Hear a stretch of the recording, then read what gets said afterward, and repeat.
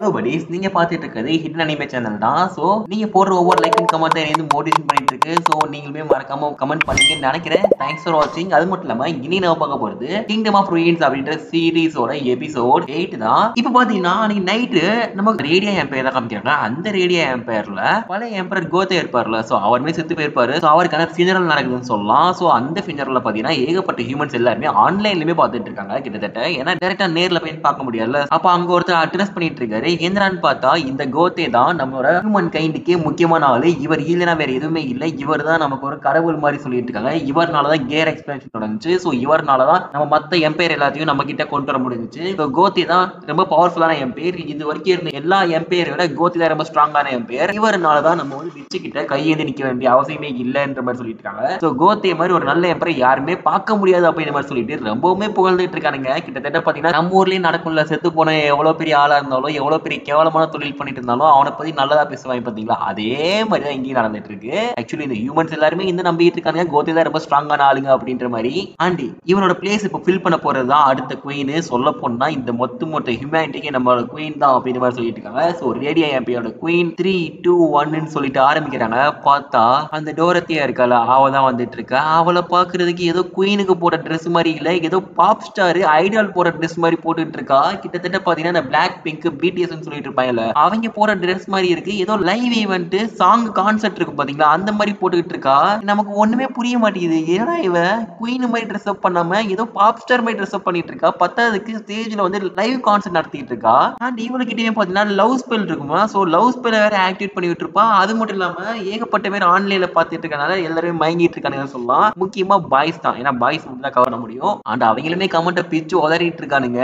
நம்ம குயின் டோரத்தியாக்காக நாங்க உயிரே கொடுப்போன்ற மாதிரி சொல்லிட்டு இருக்கானுங்க பாருங்க. அவளே பாத்தீங்கன்னா நீங்க தான் எனக்கு முக்கியம், நீங்க தான் என் உயிர் அப்படின்ற மாதிரி சொல்லிட்டு இருக்கா. கிட்டத்தட்ட பாத்தீங்கன்னா எல்லாருமே லவ் ஸ்பெல்ல விழுக ஆரம்பிச்சாங்கன்னு சொல்லிடலாம் வீடியோ பார்த்த முக்காசி பேரு. அண்ட் இதே டைம்ல பாத்தீங்கன்னா இன்னொரு எம்பையர்ல அங்க ஒரு டிவில வந்து பாத்துட்டு இருக்காங்க. கிட்டத்தட்ட ரேடியோ எம்பையர் அளவுக்கு இவங்க வந்து டெக்னாலஜி வளர்க்கனாலும் இருந்தாலும் டிவில இருக்கு. பட் இருந்தாலும் போன் இருக்குன்னு சொல்லலாம். அங்க ஒருத்தர் என்ன சொல்லிட்டு இருக்காருன்னா, மூஞ்சில ஸ்கிராட்ச் போட்டிருக்காரு. அவர் என்ன சொல்லிட்டு இருக்காருன்னா, எப்படிதான் இந்த பொண்ணுக்கு இவ்வளவு தைரியம் வந்துச்சு, தன்னோட ஓன் கைண்டே கொண்டுட்டா, இவளுமே ஒரு விச்சு தான், அது மட்டும் இல்லாம ஹியூமனிட்டியோட குயின் விச்சு அப்படின்ற மாதிரி சொல்லிட்டு இருக்காரு. சோ இவருக்கு டோரத்தியாவை வந்து ஒரு விச்சு அப்படின்றது எப்படின்னு தெரியும் தெரியல. சோ அதுவுமே ஒரு விஷயம் தான் இருக்கு. அப்போ இந்த சைடு இந்த குயினுமே பாட்டு பாடிட்டு இருக்கோம் பாத்தீங்கன்னா, இன்னொரு சைடு ஏகப்பட்ட தலையை வந்து வெட்டிட்டு இருக்காங்க. அண்டு நம்ம லேபரேட்டரி சீஃப் இருப்பாங்கல்ல, அவங்களோட தலையுமே பாத்தீங்கன்னா துண்டு துண்டா வெட்டி ஏகப்பட்ட தலையை வெட்டி கொண்டிருக்கானுங்கன்னு சொல்லிடலாம். இவங்க எல்லாம் எதுக்கு கொண்டாங்க அப்படின்றது இன்னும் புரிய வரல.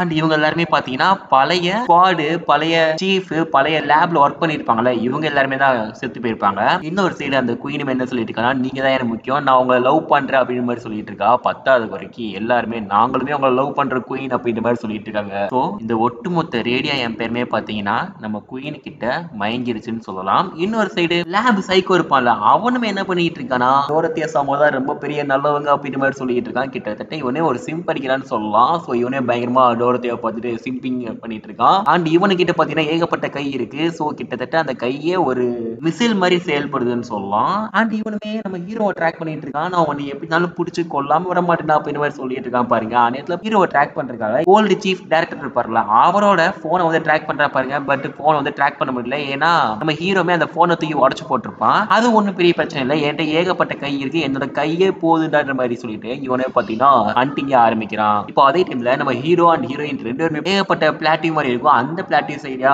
போயிட்டு இருக்காங்க பாருங்க. அப்போ ஹீரோமே கேட்கறாங்க, பாரு எனக்கு முக்கியமா ரெண்டு விஷயம் தெரிஞ்சாகணும், அதை நான் வாங்கிட்டு இருந்தா எதிர்பார்க்க முடியும்னு சொல்லிட்டு இருக்கான். என்னடான்னு பார்த்தா, நான் வந்து ரிவெஞ்ச ஸ்டாப் பண்ண மாட்டேன், க்ளோயை கொன்னதுக்காக நான் எல்லா ஹியூமன்ஸையும் கொல்லதான் போறேன், என் வழியில இருந்தா உன்னைய விட்டுட்டு போயிட்டு இருப்பேன், திரும்பி நீ என் வழியில வந்தா கண்டிப்பா உன்னையும் கொன்றுவேன்ற மாதிரி சொல்லிட்டு இருக்கான். ஹீரோயின் என்ன சொல்லிட்டு இருக்கானா, இங்க பாரு பஞ்சா அப்புறம் சில பேர் நல்லவங்களா இருக்காங்க, அவங்கள மாதிரி ஆளுங்களை உயிரை விட்டுலாம் அப்படின்னு சொல்லும் போது நம்ம ஹீரோ அதுக்கு வந்து எந்த பதிலும் சொல்ல, அவனுமே அமைதியாயிடுறான். சரி ஓகே, எனக்கு இன்னொரு கொஸ்டின்மே இருக்கு. என்னன்னு பார்த்தா, உனக்கு வந்து லவ் ஸ்பெல் இருக்கு, நீ என்னை முத பார்த்த பாத்தியா, அப்பவே நீ என் மேல லவ் ஸ்பெல் போய் விட்டு இருந்தேன்னா ஈஸியா நீ என்னை வந்து கூப்பிட்டு போயிருக்கலாம். பட் எதுக்கு நீ லவ் ஸ்பெல்ல யூஸ் பண்ணல அப்படின்னு சொல்லிட்டு கேட்கறான் பாருங்க. அதுக்கு நம்ம ஹீரோயின் கிட்ட இருந்து எந்த பதிலும் இல்ல, அவளுமே ரொம்ப அமைதியாயிடுறா. கிட்டத்தட்ட நம்ம ஹீரோயினுக்குமே லவ் ஸ்பெல்ல போட்டிருந்தா நம்ம ஹீரோ வந்து ஈஸியா கண்ட்ரோல் பண்ணிட்டு மேல கூட்டு போயிருக்கலாம். பட் எதுக்கு இவ லவ் ஸ்பெல்ல யூஸ் பண்ணல அப்படின்றதும் நம்ம ஹீரோக்கு வந்து புரிய மாட்டேங்குது. அதே பாத்தீங்கன்னா இவங்க தண்ணியில போயிட்டு இருக்கான் பாருங்க. ஆக்சுவலி நம்ம ஹீரோ போய் மேஜிக் ரைட்டர் தானே, சோ மேஜிக் ரைட் பண்ணி தண்ணியில வந்து போயிட்டு இருப்போம். சோ கொஞ்ச நேரம் கழிச்சு ஒரு ஊருமே வருது. என்னன்னு பார்த்தா சாண்ட் லேண்ட் அப்படின்னு சொல்லிட்டு ஒரு ஊர் வருது. அந்த ஊர்ல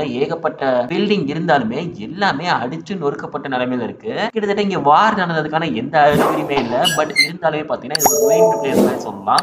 இங்க மனுஷங்க நடமாட்டுறதுக்கு எந்த அறிகுறியுமே இல்லைன்னு சொல்லலாம். சோ சாப்பாடு தண்ணி எதுவுமே இல்ல இந்த இடத்துல அப்படின்றது தெரிய வருது. பட் ஹீரோக்கு சுத்தமா புரிய மாட்டேங்குது. எதுக்கு இந்த ஹியூமன்ஸ்ல எங்க போனாங்க, இங்க யாருமே காணுமே, இங்க வாரும் நடக்கலையா அப்படின்னு மாதிரி சொல்லிட்டு யோசிச்சுட்டு இருக்கான் பாருங்க.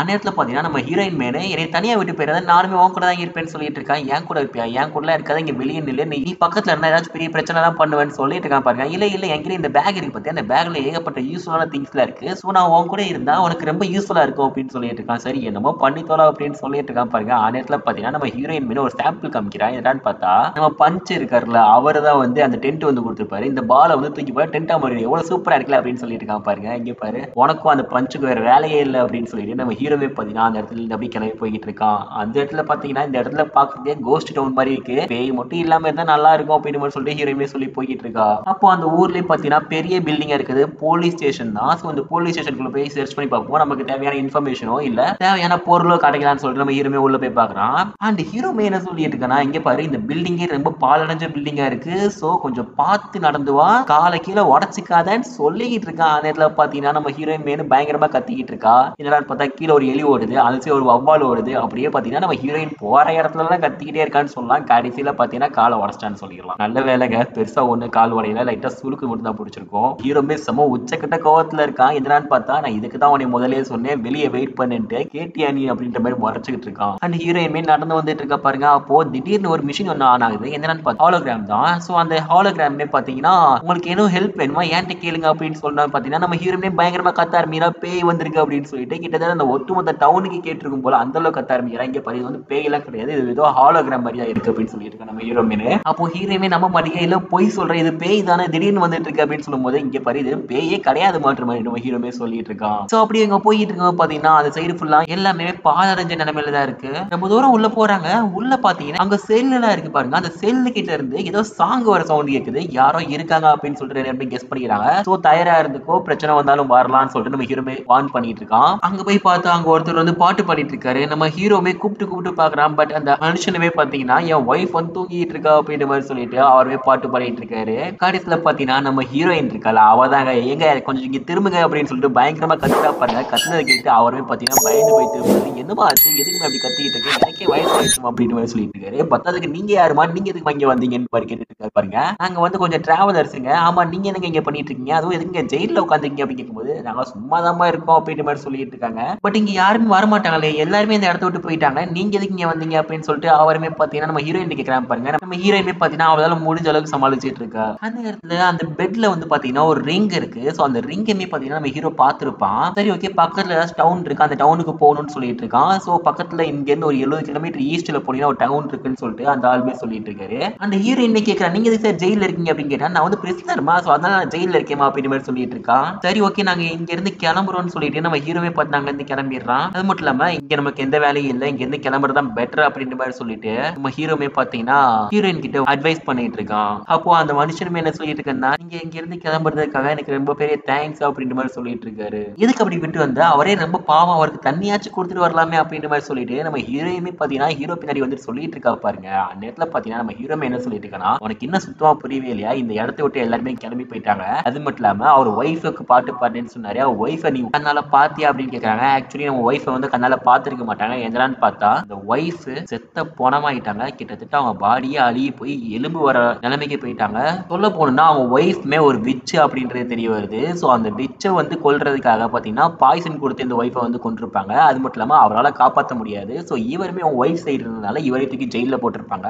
எல்லாருமே பாத்தீங்கன்னா ஒரு ஒய்ஃபை வந்து வெறுத்துட்டு இருப்பாங்க அந்த டவுன்ல. அப்படியே கொஞ்சம் கொஞ்சமா எம்பையர் வந்து பில்டப் ஆகும்போது எல்லாருமே கேபிட்டல் சைடு மூவ் ஆகுறதுனால ஃபைனலி இவருக்கும் இவங்க ஒய்ஃபுக்கும் பாத்தீங்கன்னா நிம்மதியான அமைதியான பீஸ் வந்து கிடைக்குது. பட் என்ன ரொம்பவுமே லேட்டா கிடைக்குது அப்படின்றத நம்ம ஹீரோ வந்து ஃபுல்லா எக்ஸ்பிளைன் பண்ணிட்டு இருக்கான். இதை கேட்டு நம்ம ஹீரோயினுக்குமே என்ன பதில் சொல்லுன்னு தெரியல. அண்ட் அவருமே பாத்தீங்கன்னா அவர் ஒய்ஃபை கட்டி பிடிச்சிட்டு இருக்காரு. என்னன்னு பார்த்தா, நான் உன்னை அப்பவே காப்பாத்தி இருக்கணும், நான் அப்ப காப்பாத்திருந்தேன்னா இன்னைக்கு நமக்கு வந்து பசங்களாச்சும் இருந்திருப்பாங்க. பட் நான் வந்து ரொம்பவே தப்பு பண்ணிட்டேன் அப்படின்ற மாதிரி சொல்லிட்டு இருக்கான். அண்ட் இன்னொரு சைடு நம்ம ஹீரோமே கடைசி என்ன சொல்லிட்டு இருக்காங்க, நம்ம எப்படியாச்சும் இந்த இடத்த விட்டு போறது நல்லது. அண்ட் அவருக்கு தேவை முக்கியமானது பீஸ் மட்டும்தான். ஸோ அந்த பீஸை கொடுத்துட்டு போயிடலாம் அப்படின்னு சொல்லிட்டு அவங்க நேர்மையா அங்க இருந்து கிளம்பிடுறாங்க. ஸோ அன்னைக்கு பாத்தீங்கன்னா அப்படியே முடியுது. அது மட்டும் இல்லாம நீங்க யாரும் இன்ஸ்டாகிராம் அக்கௌண்டையோ இல்ல வாட்ஸ்அப் அக்கௌண்டையோ ஃபாலோ பண்ணா டிஸ்கிரிப்ஷன்ல லிங்க் இருக்கு. ஸோ மறக்காம ஃபாலோ பண்ணுங்க. தேங்க்ஸ் ஃபார் வாட்சிங். Bye bye by.